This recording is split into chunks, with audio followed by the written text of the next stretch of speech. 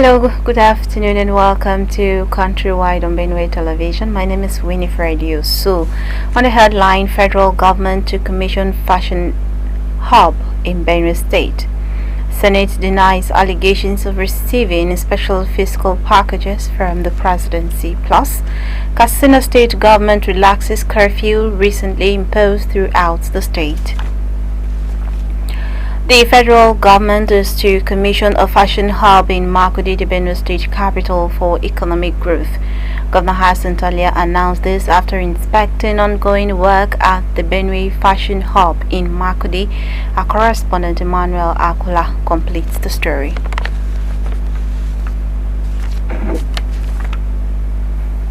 The government of Benue State is overseeing this federal government project located beside Government Model School in Makurdi.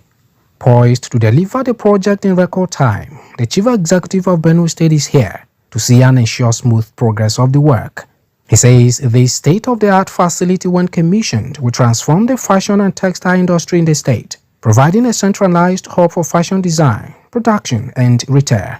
The governor, who further reveals that the fashion hub would offer a range of resources and amenities to support the fashion industry, says it is expected to be completed to become operational within the next few weeks. We have just a few weeks to the commissioning, as you are proposing and hoping. The presidency is giving us some dates, so we're trying to work around that. Again, which means they must be here working both day and night. It's a lot of work here. They've done well so far. I'll be back here quite often before the proposed date for commissioning. Contractors for the project are optimistic of delivering the facility within specific targets as work has reached advanced stage. But now we have all that done, so now we are at the finishing stages. Like we're doing all the ceilings, all the plasterboards, concrete finishes tomorrow, painting starts on Mondays, which is tomorrow, tiling starts tomorrow, so we will be there. Recall that the federal government in January 2024 approved the establishment of a world-class fashion hub. The government of Benue people have been called upon to desist from celebrating people who have acquired wealth through illegal means. Governor Hassan Talia made a call during the one-year remembrance and Thanksgiving Mass in honor of a former member of the Benue State House of Assembly, Mr. John Chia, which held at St. Teresa's Parish, High Level, Makurdi. The governor frowned at sycophancy among young people who were, as a result of that trend, increasingly getting involved in criminal activities just to make quick money. Our correspondent Emmanuel Akula again has the report. Governor Alia, who is among worshippers at the Thanksgiving Mass, stresses the need for Benue people to always support one another rather than encouraging youth to bring others down for material gain. He describes the late John Chia as a true brother who played a significant role in his decision to join politics. On the resolve of his administration to ensure the return of total peace in Benue State, the governor mentions that plans are on to effect the safe return of internally displaced persons in the state to their ancestral homes to continue with their normal lives. This, he says, can only be achieved when all stakeholders in Benue State join hands with his administration. He again condemns the recent killings in Ayati and Abako in Ikum local government, saying that his government will continue to mobilize every mechanism at its disposal towards ending the unfortunate killings in that area of the state. We're not letting down our guards, and we'll continue to tighten up the security there. This in a number of places already in place. We're going to do some more. We're trying to dig deeper into all this. It's only centered in this local government. At a homily, parish priest of St. Teresa's Parish High Level, Reverend Father Patrick Yu, urges Christians to always be willing to carry out their responsibilities to evangelize and to support the needy, causing government at all levels to implement programs and policies that will help to alleviate the current sufferings in Nigeria. Governor Alia later pays a condolence visit to the family of a humanitarian worker, the late Mr. Chris Teffa, at welfare quarters, who was gruesomely murdered by yet-to-be-identified gunmen in his office in Makurdi. Emmanuel Akula, Benue Television News, Makurdi. The Benue State Governor has condemned the assassination of Mr. Chris Tefa, a prominent health rights advocate and leader in Nigeria's development sector. Until his assassination, Mr. Tefa was the national chairperson of the National Key Population Health and Rights Network and the executive director of Concerned Youth for Development Initiative. He was tragically killed on Friday evening at his office complex on Nyesomwike Road by yet-to-be-identified assailants. Governor Alia, who along with some top government functionaries visited the family of the deceased, expressed deep sorrow over the loss and extends his condolences to the family, friends and colleagues of the deceased. The governor recalled the deceased's significant contributions to the health and human rights sectors, particularly his efforts in advocating for vulnerable populations in the fight against HIV and AIDS.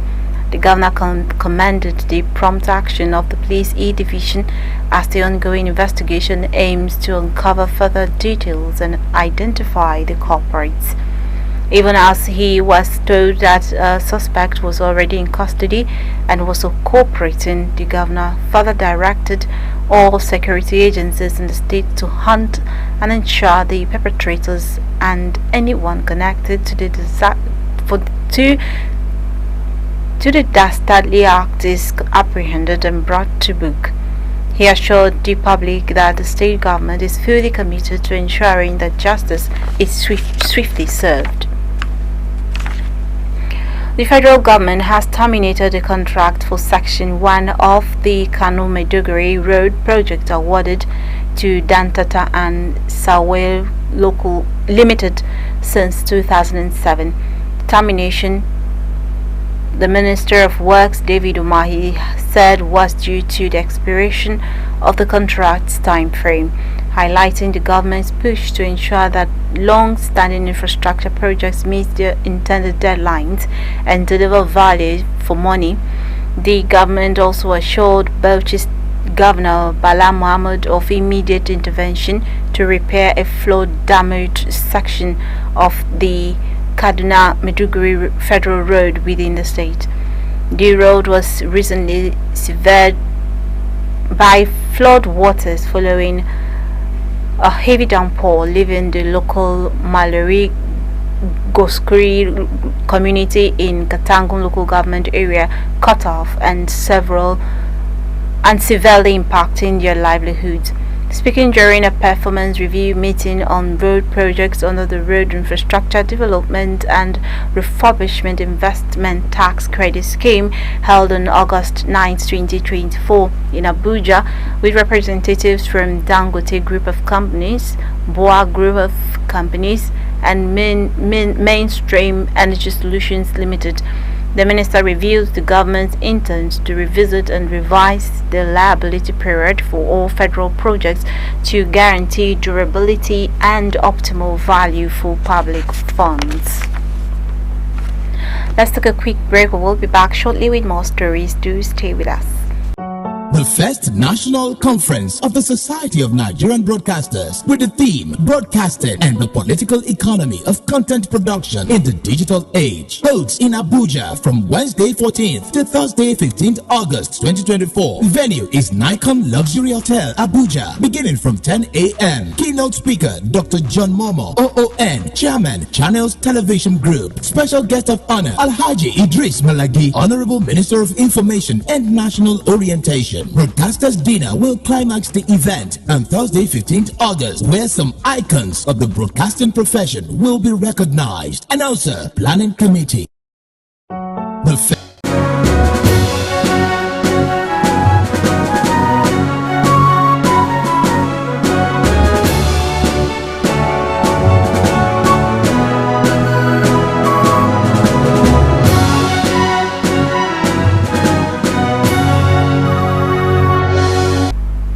Welcome.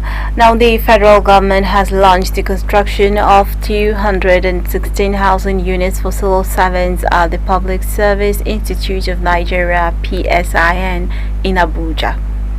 The outgoing head of the Civil Service of the Federation, HCSF, Dr. Folashade Emiesan, led the flag off ceremony located at the Public Service Institute of Nigeria, PSIN, Kubwa, Abuja. Dr. Yemiasang emphasized the administration's unwavering dedication to ensuring that civil servants benefit from affordable housing initiatives under President Bola Tinubu's government. She urged civil servants to take advantage of these opportunities, assuring them that the houses would be of high quality and affordable. During the groundbreaking ceremony of the Federal Integrated Staff Housing Fish Estate, Yemi Eksang was accompanied by the head of Civil Service designate Mrs. Didi Esther Wilson Jack and several permanent secretaries from the Federal Civil Service. The Nigerian Senate has strongly denied allegations suggesting it is involved in determining its salaries or receiving special fiscal packages from the presidency. This claim was reportedly emerged during a visit by members of the House of Representatives to former President Olusegun Obasanjo, has sparked widespread public debate. In a statement released by Senate spokesman Yemi Adaramodu, APC Ekiti South, on Sunday in Abuja, the Senate described the allegations as an attempt to crucify the legislature by the centurions of political hypocrisy. Adaramodu stressed that no senator has received any financial patronage from the presidency. He clarified that the constituency projects often linked to the legislature are merely suggested and nominated by senators following practices common in other democracies worldwide. Adaramodu further stressed that the Senate only receives the salary allocated to it by the Revenue Mobilization Fiscal Allocation Commission in strict accordance with constitutional provisions. He added that the Senate challenges anyone with credible evidence to present contrary facts, describing any suggestion that the National Assembly fixes its salaries as uncharitable and satanic. Katsina State government has relaxed the curfew recently imposed throughout the state over violent protests. The curfew, which restricted movement from 7 p.m. to 7 a.m., has been relaxed to pave way for free movement on businesses. The secretary to the government of the state, Adelahe Faskari, who announced the review of the curfew in a statement, explained that acting Governor Farouk Jube was satisfied with the reports on the improvement of the security situation throughout the state. He said Lawal ordered a review of the curfew with immediate effect. No fewer than 3 persons have been reportedly abducted along the Ukpologu-Okpa Road, Ukpologu, in Ugwa Taluku government area of the Anambra state by unidentified assailants. Although the details of the incident remained sketchy, it was gathered that the armed assailants kidnapped the 3 men at different locations in the community earlier Sunday. The kidnap is said to be coming after some gunmen attacked a police checkpoint at the Omata junction along the Newi-Oba road, where a police officer was killed 2 days ago. The recent kidnapping incident was corroborated by a video currently trending on social media showing a somersaulted vehicle lying along the Ukpologu-Okpa road, which a voice-over in the video said belongs to one of the kidnapped victims. The President General of the Ukpologu community, Professor Ferdinand Ezeroku, said the 3 men were kidnapped at different locations in the community by the heavily armed men. The victims had just returned to attend an occasion that was held on Saturday, which was organized by the women of the community. He said the suspected kidnappers had yet to contact the families of the victims to demand ransom or otherwise. The spokesman for the Anambra State Police Command, Tochukwu Ikenga, however, is yet to make an official statement. Let's take another break. We'll be back with more stories. Don't go away. The first national conference of the Society of Nigerian Broadcasters with the theme Broadcasting and the Political Economy of Content Production in the Digital Age holds in Abuja from Wednesday 14th to Thursday 15th August 2024. Venue is Nikon Luxury Hotel, Abuja, beginning from 10 a.m. Keynote speaker Dr. John Momo, OON, Chairman, Channels Television Group. Special guest of honor Alhaji Idris Malagi, Honorable Minister of Information and National Orientation. Broadcasters Dinner will climax the event on Thursday 15th August, where some icons of the broadcasting profession will be recognized. Announcer, Planning Committee.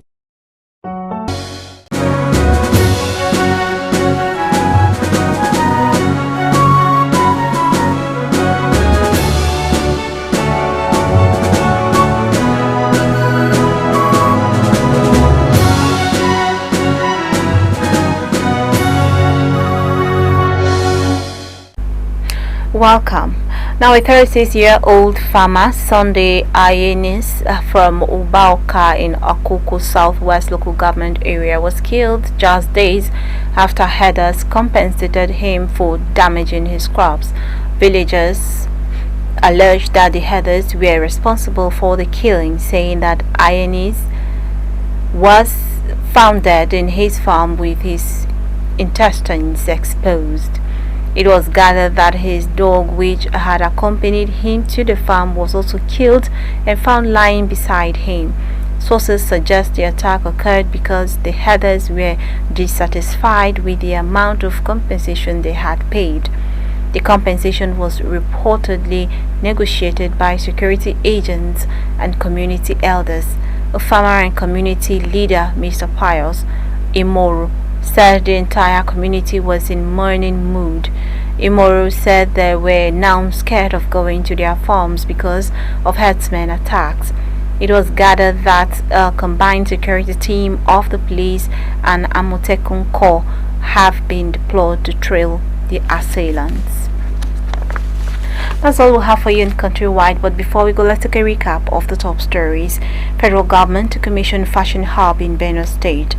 Senate has denied allegations of receiving special fiscal packages from the presidency, and we intimated you that Katsina state government has relaxed curfew recently imposed throughout the state. Thanks so much for watching. My name is Winifred Yusu. Do have a great day.